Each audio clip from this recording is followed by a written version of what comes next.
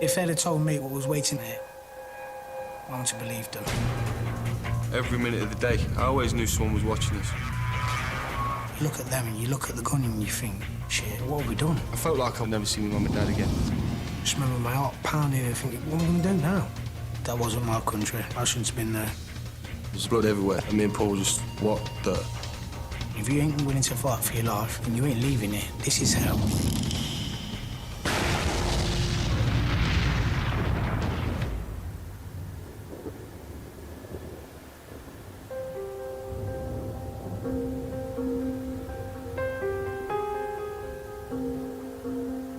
My life in Leicester was dragging me down. For a young lad at that age, it was boring. I just had enough of waking up, no opportunities, no money in my pocket.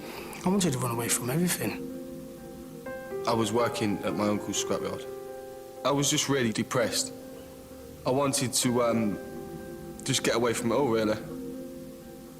I wanted a challenge. I wanted some adventure. I wanted to go and see a bit of the world. Known Paul about 10 years before we got arrested. This whole story began in the nightclub. This nightclub, I'd been there loads of times. And we've seen another friend who we'd not seen for a long time in there. Something stuck out about this guy. He just caught my eye. I looked at him and I think, well, he looks like something special. He looked like he'd been away. He looked healthy in his skin and he looked well off. Good clothes, good shoes, good jewellery. He had a lot of money. He said he'd just come back from a hot country. He told us Venezuela was every young lad's dream. Nice girls, beaches, palm trees. Jamie says, if you want some of what I've got, there's the guy over there. I can put you onto him if you want.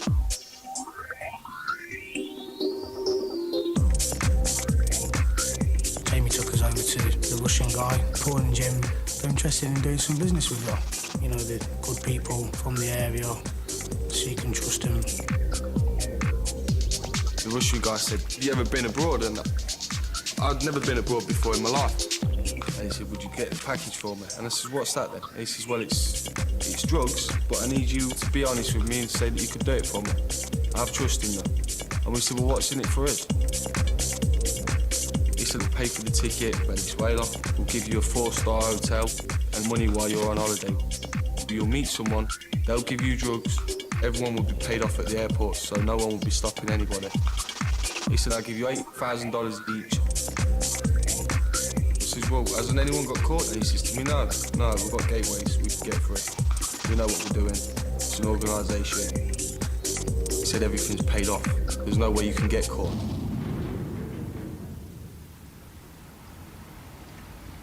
They was offering me an opportunity to go and make something of myself, even though it may be dodgy, but I've only got to do it once.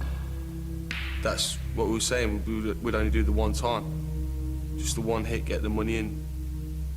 That'd be it, the start of life really for us. I felt like I was risking nothing. I'd got nothing. I seen that as a head start in life. That extra money could have made things better for my family.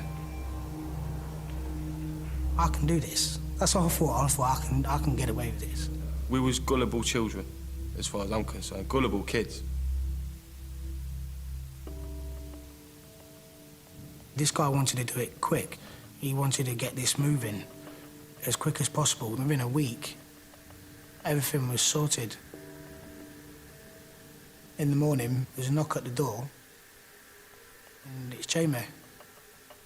Get your bags, lads, come on, we've got to go airport. And we knew at that time, that's it. We looked at each other as much as say, we've got to do it now.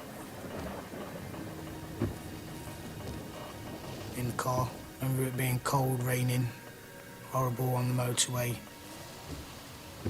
Just remember it raining on the dashboard, thinking, get out of this horrible weather. I'm gonna have a break from all this.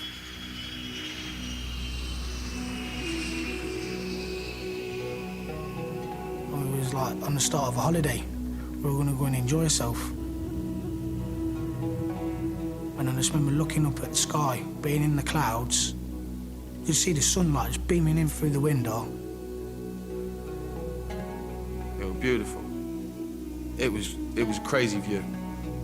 As we touched down, my heart's just gone like, whoa, I'm in a different country now.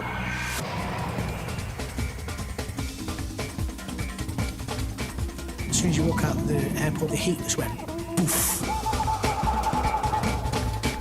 I couldn't breathe because it was a changing climate and I wasn't ready for it. All I can remember was just the heat was intense. It took my breath away. Me and Paul stuck out like sore thumbs. Everything looked clean on us. It was all brand new. They had toes sticking out their shoes. It was just a different world altogether. There are the palm trees. They're there, mate. They're real. Now, I'd never seen a palm tree in my life, and I'm looking at these palm trees going, yeah. It was an expensive hotel. This guy had spent money. It was all professional. Very nice place, 4-star, balcony, everything. The marble floors and the big pillars and the 3, 4, 5 floors upwards. And the clear blue water of the swimming pool. We felt comfortable with it because we thought this man's put good money into this. It's not a backstreet thing. It's still looking positive. I felt free. I felt this is my life starting now. This is what I make of it. That's the first sense of freedom I ever got.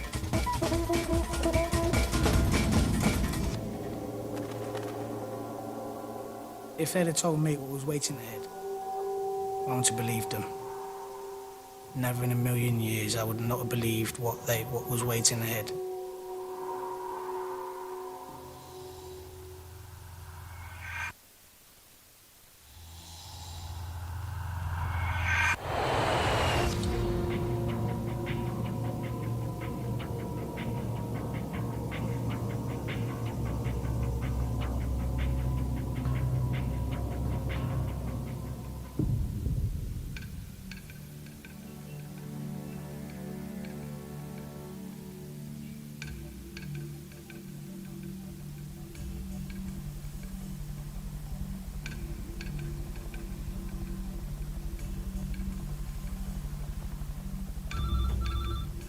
The first contact we got was the second day of being at the hotel.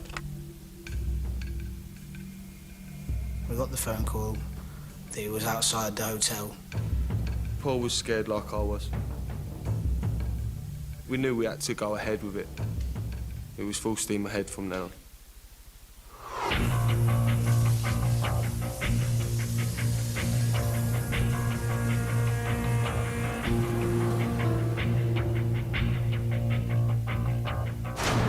We got into the back of the Jeep and the Jeep just pulled off.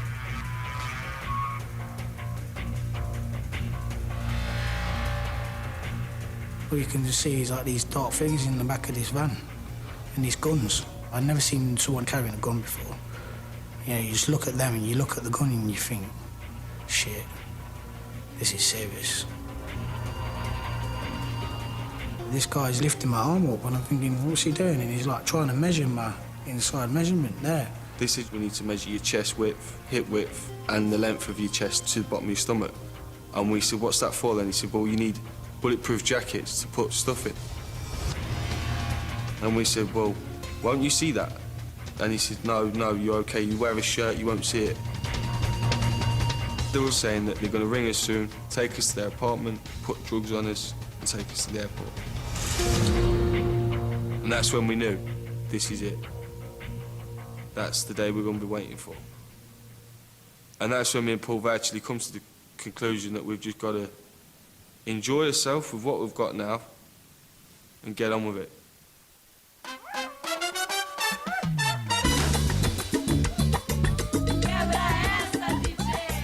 Because they gave us a lot of spending money, it was $2,000 they gave us. We was just always doing something. I was just enjoying my holiday. We did shopping. We went on the beach, swimming in the sea, surfing. We went on boats. We were just party animals right from the word go. Drinking in the morning. We used to go down to the restaurants, ordering all this crab and exotic seafood. We were sitting there with girls. Being with the girls and clubbing.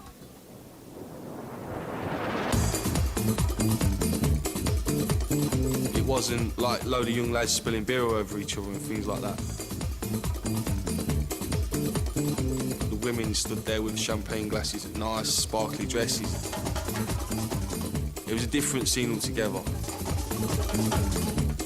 Wherever we went, we was whistled at and shouted at and loved by everyone. Everyone was like we were film stars. We often thought about getting out of the deal, but we weren't brave enough to do that. We knew we couldn't just get out of it without anyone having to pay for what we'd already started.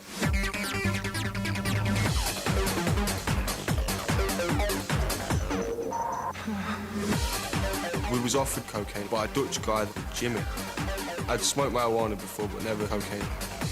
I never tried coke before. Didn't even know how much to take of this stuff. You know, I just started going mad on it.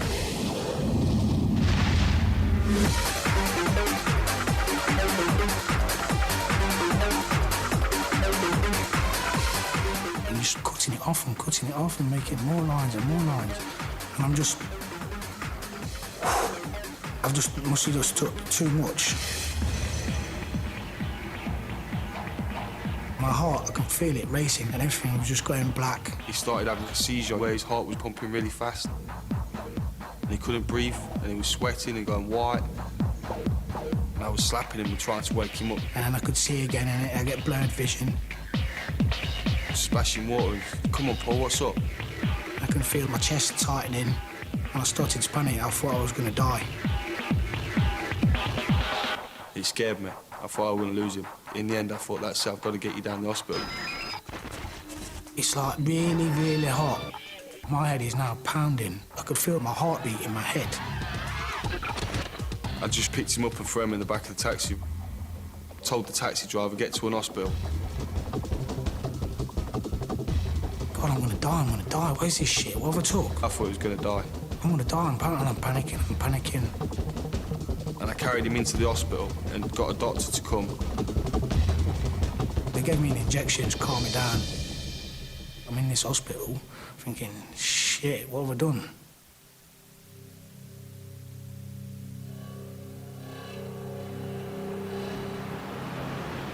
We slowed the holiday right down after that attack. It just made me think, no, I don't want to be doing this, because it's nearly killed my friend. I never thought that if I brought this drug into the country that I could be killing people or that I could be causing any damage to any families or anything.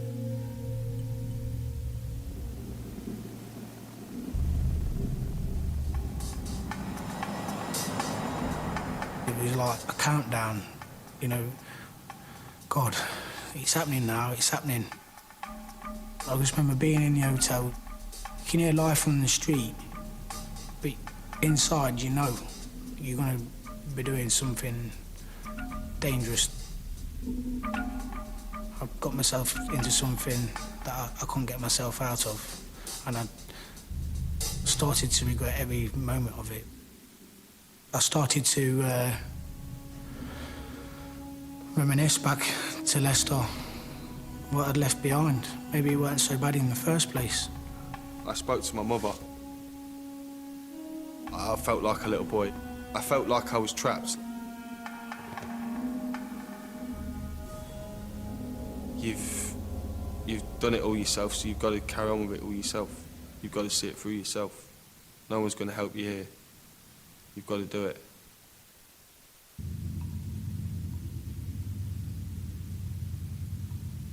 The night before, it was just me and Paul. We stayed in. We was tossing and turning most of the night. I was sweating, restlessness, couldn't get to sleep, thinking, God, what have I done? I've got to do it now. There's no looking back, this is it.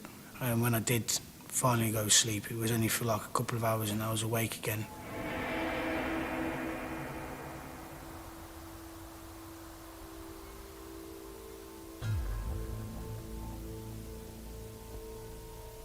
I was told to meet him outside. We booked out the hotel, and yeah, there they were. I just remember leaving the beach behind and then driving back to Caracas. It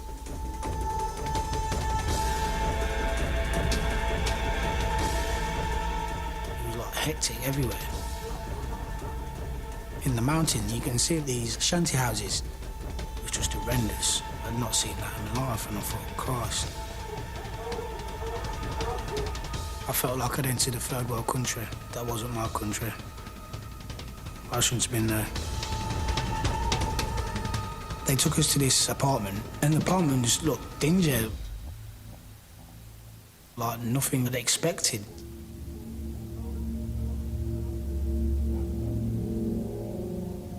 I remember them eating and thinking, you know, what are you eating? The glamour associated with pop stars, you associate that with cocaine. Then you look at the apartment, there is no glamour there. It was the most scariest part of my life that I've ever experienced. I didn't understand what they was talking about. I didn't understand what they had in mind. I didn't understand what their next moves were. We was virtually puppets. There's no way you could have argued with them kind of people. You just gotta do what they say. Unless you wanted that bullet in your head, you couldn't do anything. I was just there to do what I'd got to do and then go. Couldn't wait to get out of the apartment. I just remember feeling like, shit, I've got to do it. The two guys called me into the room, and I stood there and I had to take my shirt off. He produced a vest. I just remember it being really, really heavy, and when he put it on my back, it was like... And I stood with my arms out, and they put the jacket on me. And I felt the weight pull on my shoulders. I knew there was far more in the jacket than what the Russian guy sent us to collect. They pulled the cords up the top here and sewn the shoulders, and they made it so it was tight around your stomach. There was no way that I could have took this vest off myself. I remember thinking, this is where you come to get kitted up. I remember thinking, people have been here before me.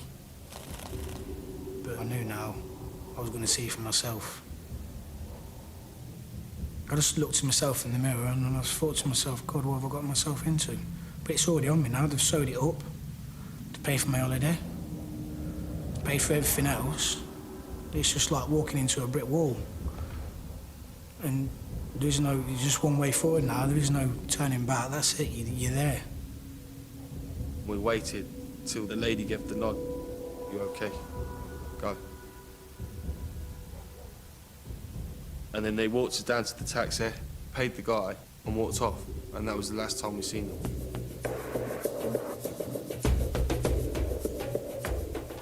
It feels like a straitjacket, to be honest with you. You can't get out of it, and it's just strapped to you. You can feel the packages digging into the side of your ribs, and you just want to get it off you as fast as you can. I remember Jim just turned around and said to me, this stinks. I was scared that people would smell it on us. I was scared that people were watching us all the way to the airport. I was paranoid completely. We stopped talking because we didn't know if the cab driver was in on it. If this taxi driver's involved and we do make a wise move, we will get shot. You get outside the airport and you just see all the police around you and all the National Guard and you think, shit. I was scared, but I couldn't show that I was scared, so I was trying to hide it. Just remember my heart pounding and just feeling scared, thinking, what am I going to do now? We walked to the main entrance to the airport. I just remember I wanted to stay well away from as many police as I could. Felt like the jackets were obvious, not to see, but to feel. If you bumped into someone, you'd know that there's something there. I've been stood in the queue for about 10, 15 minutes. This guy come up to us and he's coming like quite close to me, this guy, and I'm thinking, I don't want him to come close to me because if he touches this, he's going to know straight away what's on me, and that's it. Game's over. He's like, come on, I'll give you an hand. And I've like shouted at the man, no, I've told you, I'm okay, thank you. He's like, okay then, left us. Jim's like, looked at me, says, didn't need that.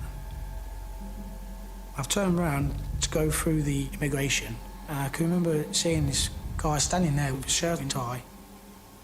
I've just remembered thinking, once I'm past him, I've done it. I've had my money. Corner of my eye, I can see the guard at the side of him, and there's this dog there. My heart started to race and try not to draw attention, looking down, and I can see this dog out the corner of my eye. I'm looking, I'm thinking, God, this is it now.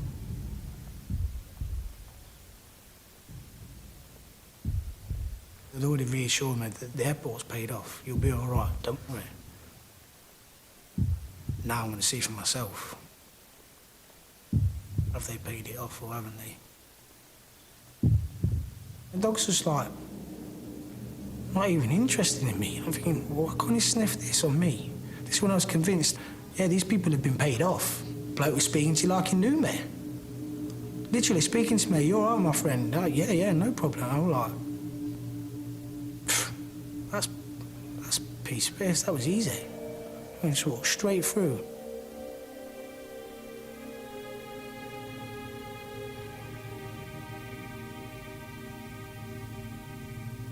I sat down thinking, I've done it.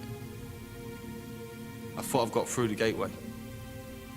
And I'm sitting there looking at Paul thinking, yeah, we've done it, mate. We've done it. That's it. Well, with that confident, I just fell asleep, just dozed off on Jim's shoulder.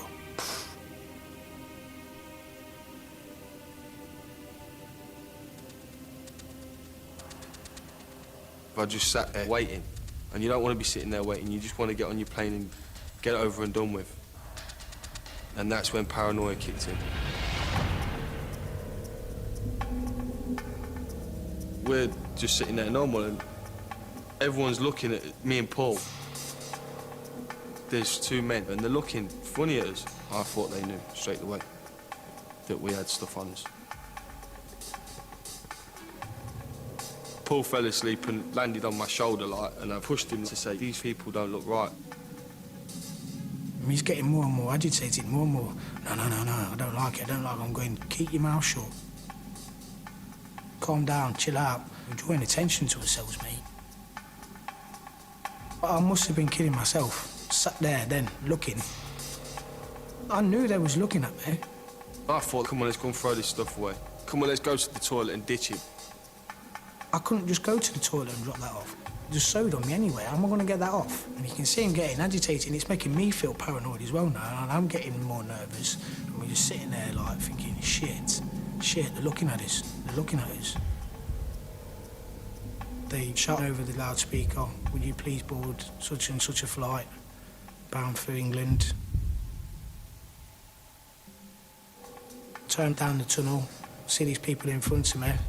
I just remember, like, looking a bit further past me, and then there's these two guys that had been looking at us. And I just turned and says, did you just look to him? And I went, shit.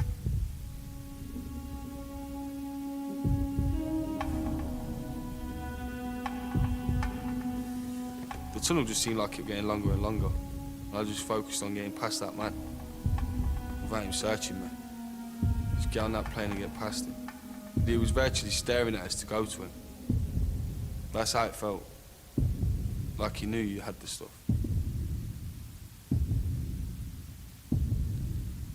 We got right next to the door.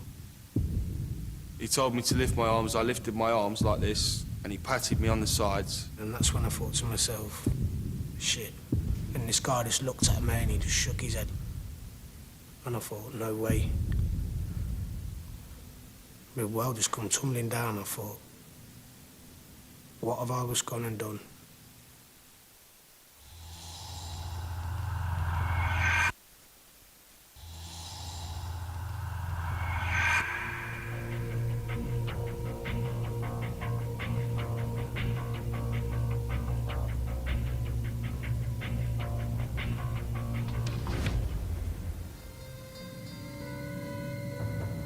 They just took me and Jim to this really small room. They were being loud and threatening. It was quite scary to not know what they're saying. You just didn't know what was going on. That's when it started to sink in. We're not getting out of here now, are we? I've still got this bulletproof vest on me, and I'm thinking, just please get this off me now. I've had enough. The guy's come up behind me, he's got his penknife, he's like trying to get it off. And I just remember just taking this jacket off, and I just remember hearing the thud as this jacket hit the table. That's when I knew there was a lot of cocaine in there. As they pulled them apart, I was scared. I was like, what have I done?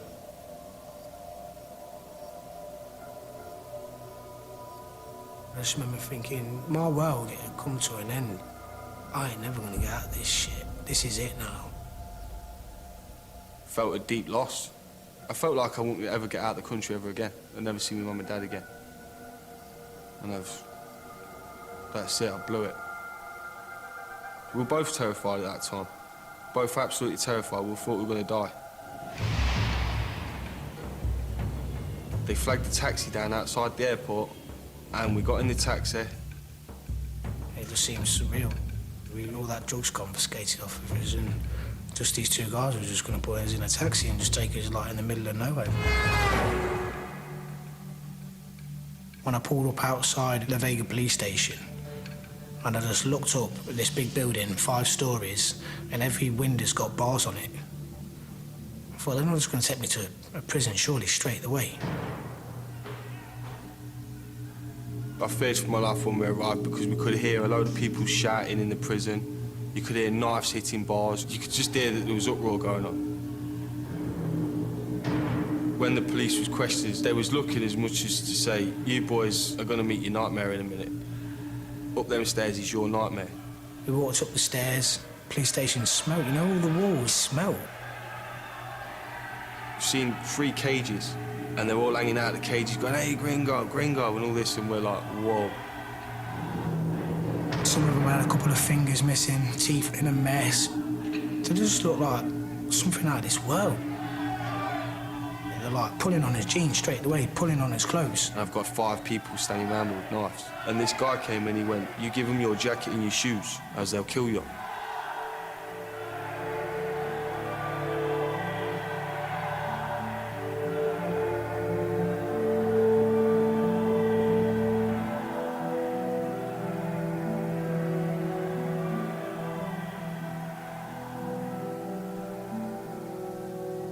And I just wanted to burst out crying, but I couldn't cry. I didn't want them to see me cry. I thought if I let them see me cry, that's it from day one. Know that I've got to put a face on now. 7,000 miles away from home. My mum's not there to help me.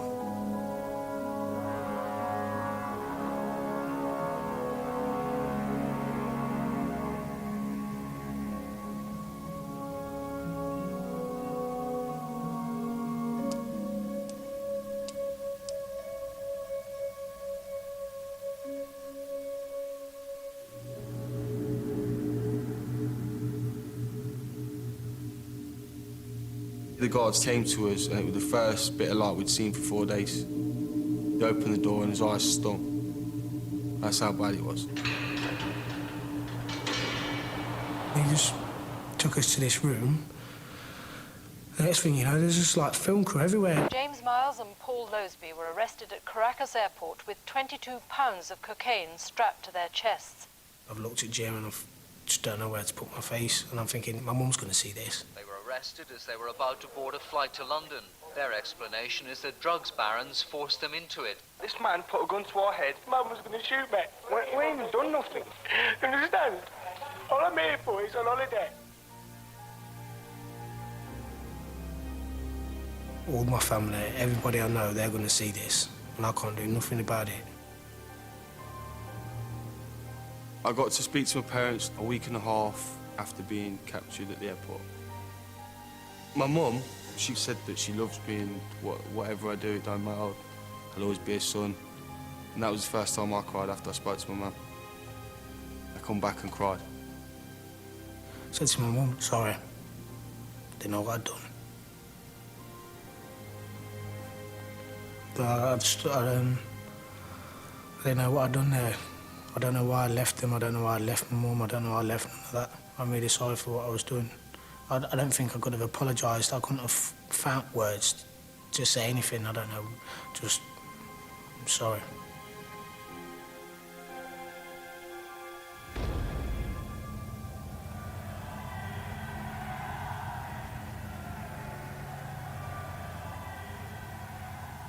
There's an atmosphere in the place, and you could cut that atmosphere with a knife.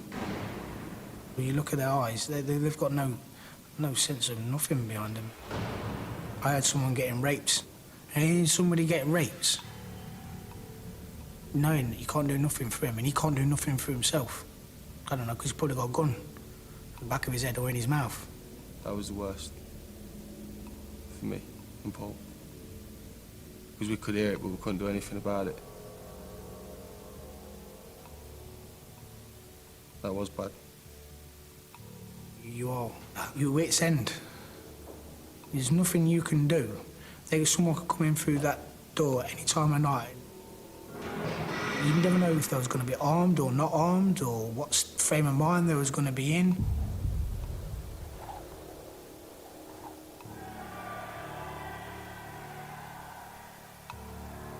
Today, in a dramatic and astonishing turn of events, James and Paul were sentenced to 4 years for possession of drugs, but not trafficking. After being in La Vega for a year and a half, I knew we wasn't getting out, and I knew that no one could do anything, not even lawyers. Our money wasn't doing anything. We were stuck.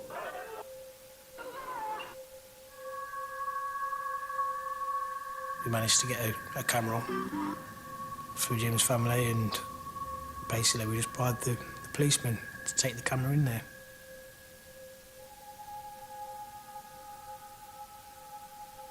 I see that person in that video needs help. To look at myself like that and see myself in that state, that's not me. It's like a possession. You see the dark side of yourself. At times you just fade off into that just to get you by things, and it was like, I don't think I'll ever see my mum and dad again.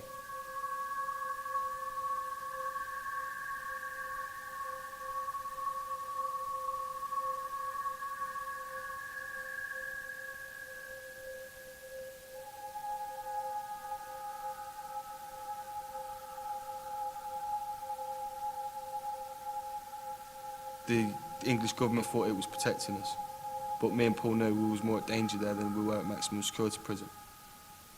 I've been warned about it that many times. Oh, you don't want to go to the prisons. They kill each other, and you can buy grenades in there, and you can get guns, and you don't know whether to believe it when you're in the police station. But yet, I felt like I was rotting away in there.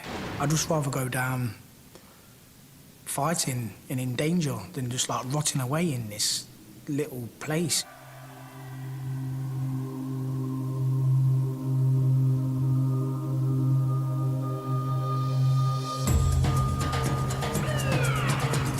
They just took us out of the police station, threw us in the back of this National Guard Jeep. You can just see like a perimeter, fences, guards standing in these turrets. You think, God, it's like something you've seen off a film. The guards are there to guard the perimeter, and the prisoners themselves run the prison. Walking in there, seeing them people disfigured, limbs missing, and after that seeing all the guns and all the grenades that went with it. It was 10 times worse than any hell. I've seen somebody that's been in the police station with me. He said, remember what it was like in the police station? And I said, yeah. He says, well, get out your head. It's because it ain't like it here, mate. I says, here, you fight for your life. And if you ain't willing to fight for your life, then you ain't leaving it. This is hell. It was very scary because it was a whole big scale of everything. And we were with only 2 English lads in there.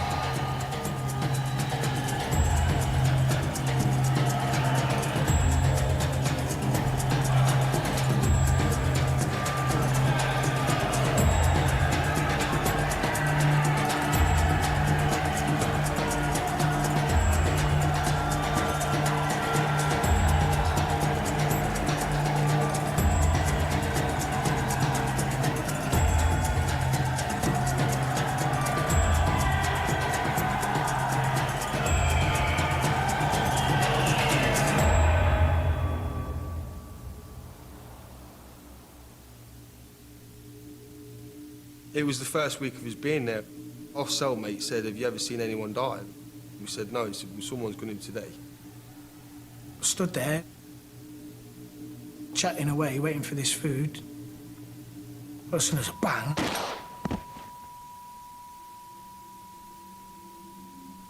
Like a ringing in my ear, I just turned around and just looked at this guy, and he's just like a guy on the floor. He's been shot in the head and all his brains hanging out. There's blood everywhere. And me and Paul were just, what the? Couldn't believe it. I'd only been there 2 days and someone's just been shot in front of me already. His brains hanging out all over the floor. And after that, it was just a normal thing to be doing in prison to them. 3 people a week, 4 people a week, 5 people a week. Just getting killed.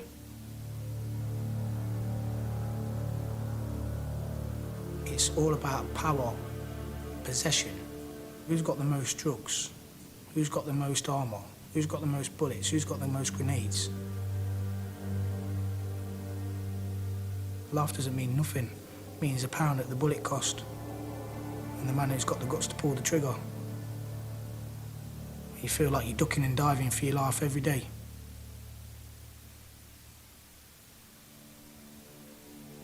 You'd lay there at night and think, well, tomorrow, will I get through tomorrow? Or will I get through this week?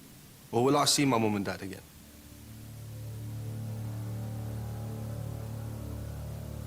You're now living their society, their world, their rules and their laws where there is no morals. Morals don't exist. You just get to the stage where you just become one of them, you just live like them, you live with them, you do everything that they do. Just to survive.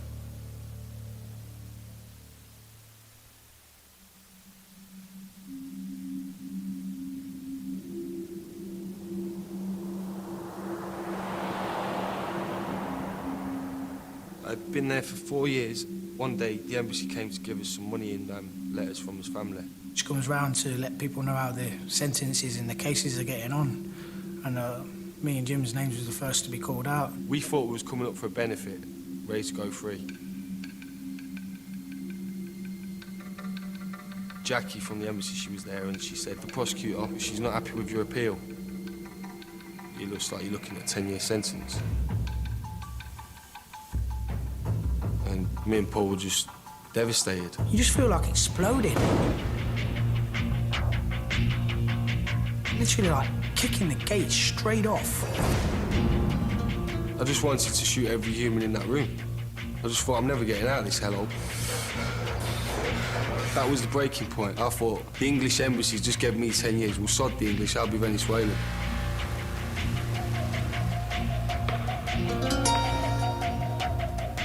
Might as well say I'm Venezuelan now. And I'll act like a Venezuelan, I live like a Venezuelan.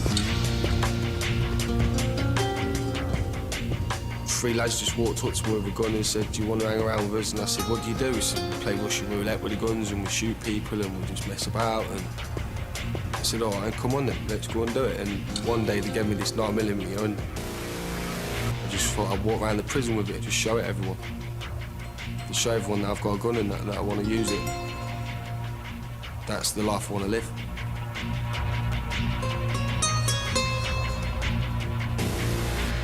And I've gone outside and there he is, he's just walking around.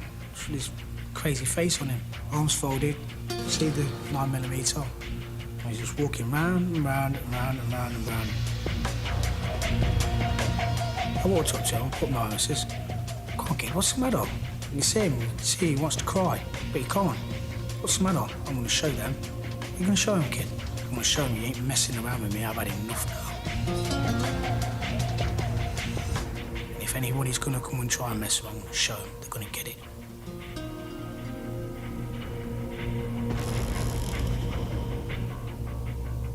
And he just became one of them, playing Russian roulette with guns. I mean, what kind of normal person does things like that? The lads wanted to play Russian roulette one day. They just said, you ever played it? I said, not really, no. So, the lads span it, and I've gone click. But it's empty, and he's done his turn. Third man's done his. And there was one lad who weren't even in the gang. And one of the guys walked up to him like that.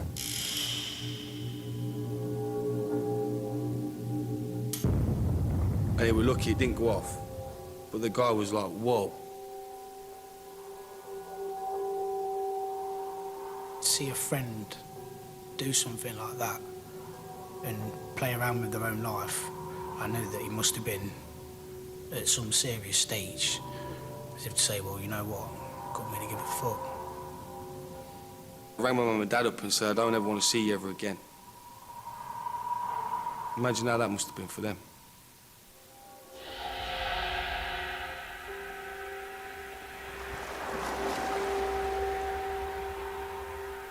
No self-esteem.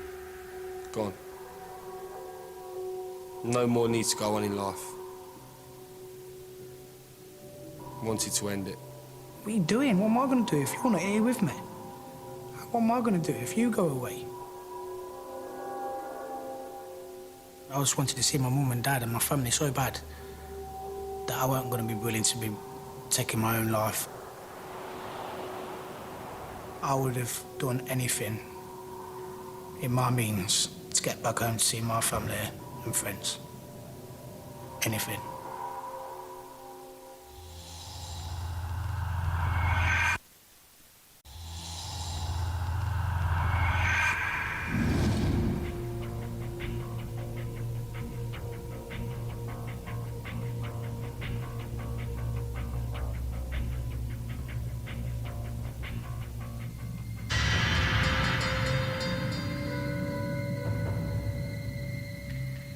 It was on a Saturday, and we heard everyone shouting, here's the judge, here's the judge. A judge come into the actual prison to release prisoners from prison there and then. So we've grabbed all the paperwork. Me and Jimmy just thought we'd try a look, so we just asked if we could see this judge. Just turned around and says, yeah, you've got all your credentials, you've got everything you need. Yeah, we're gonna let you go free. And me and Paul were just gobsmacked. Then she says, right, you can go free, but you have to find a job and then go to work every day. In the week, you have to go back to the prison and every night up until 2007. As soon as I was let free, I was thinking about the escape. There was no way I was going to stay there after I'd just done 5 years. I knew that I wasn't going to stay in that country any longer. I couldn't wait to go.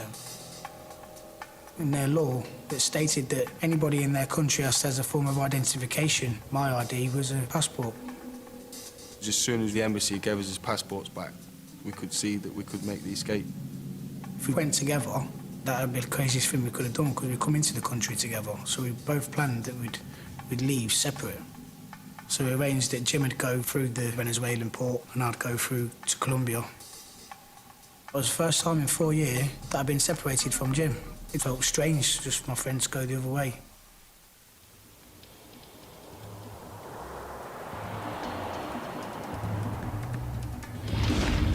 I got no money or nothing. I got a load of clothes off of a friend. I took the clothes and I sold them all. That's what I got my bus fare to Colombia with. Got on the coach to Colombia. That's it now, I'm leaving Venezuela for good. I ain't coming back. I decided to go on the run for a week until my father came. He was going to give me money to buy a ticket so I could get out of the country. His flight got cancelled and he came the week after, so I had to stay on the run for another week until my father came. I stayed right underneath the police station because they don't look where it's obvious. They were lucky for me and they couldn't find me. When I got to the Colombian border, I should have gone through the immigration, but I didn't want to bring any attention to myself. Everyone's being checked. If they'd have caught me, they would have sent me back to prison for 6 years. That was the risk I took to get back to my country. Some god-unknown reason, driver just drove straight past. Didn't even pull him down, didn't even say nothing to him, didn't even nothing. And on the other side, I rang my mum. I says, look, I've done it, mum. I'm in Colombia, mum. I says, I need you to send me some money. I met my dad at the airport and I collected money off him there. My dad left that night and he says to me, just ring me in the morning and make sure you get a ticket to Colombia. I said, I will. When I got to the Western Union in Colombia, it was something like £1,800 my mum had sent over. And like £1,800 in Colombian pesos is like wads. From there, direct to a travel agent. This is all in the same day. Flight to England, please.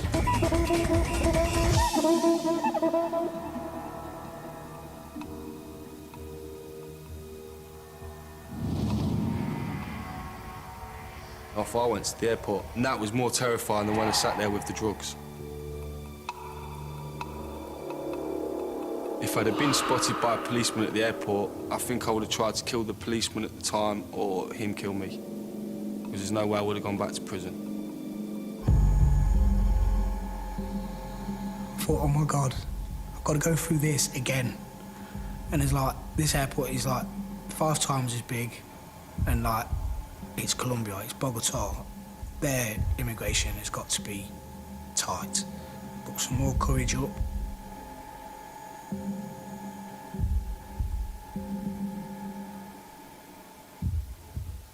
Went straight through the immigration, didn't even look at me, didn't even batter an eyelid. And I knew then, once I'd passed that immigration, I was sat down in that departure lounge. It's over, I'm coming home. I got off the plane in Colombia. I've walked down, and I just seen this hand that I recognised, and I thought, I know that hand. And as I've turned my body around to see who it is, there's Paul sitting there, and we both looked at each other and gone, we've done it, mate, we're free, we're going home. And we just hugged each other and said, yeah, we're going home. That's it, it's all over. And there was my light at the end of the tunnel. That plane waited for me to stand on it and go home. Yeah, my nightmare is just finished. I'm going home to my mum.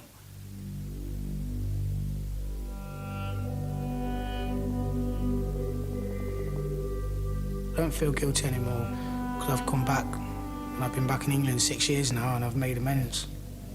And like everybody else, we all do wrong. Just try and make up for it and do better. And make your parents proud of you, and the people that love you are proud of you. Because they're the ones that count at the end of the day.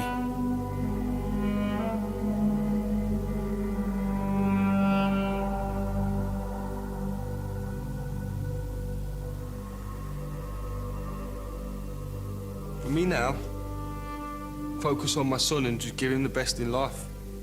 That's my future. I want to be a person that's there for his son, works for his son, secures his son. Not someone who's not there for his son, or who's in prison, showing his son the wrong signs. I'm just here to get on with my life now. Just move forward. Todo pa'lante. Everything forward.